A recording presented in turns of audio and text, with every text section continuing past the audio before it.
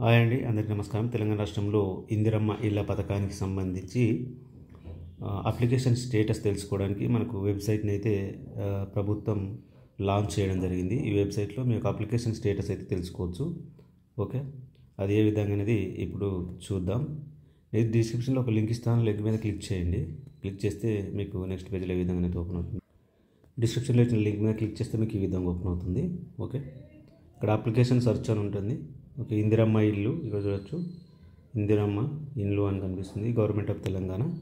ఇక్కడ మీరు search by మీద క్లిక్ చేస్తే మీరు మొబైల్ నెంబర్తో కానీ, ఆధార్ నెంబర్తో కానీ, అప్లికేషన్ ఐడితో కానీ, రేషన్ కార్డ్ నెంబర్తో కానీ ఈ నాలుగిట్లో ఏదో ఒకటి ఇచ్చి మీరు చెక్ చేసుకోవచ్చు. నేనైతే మొబైల్ నెంబర్ సెలెక్ట్ చేసుకుంటున్నాను. మొబైల్ నెంబర్ సెలెక్ట్ చేసుకున్న తర్వాత ఇక్కడ మొబైల్ నెంబర్ ఎంటర్ చేయాలి. నేను మొబైల్ నెంబర్ ఎంటర్ చేసి చూపిస్తాను. మొబైల్ నెంబర్ ఎంటర్ చేసిన తర్వాత ఇక్కడ గో అని కనిపిస్తుంది కదా, ఈ గో మీద క్లిక్ చేయండి. గో మీద మీరు క్లిక్ చేయగానే నెక్స్ట్ మీకు ఈ విధంగా అయితే వస్తుంది. ఇక్కడ చూడొచ్చు.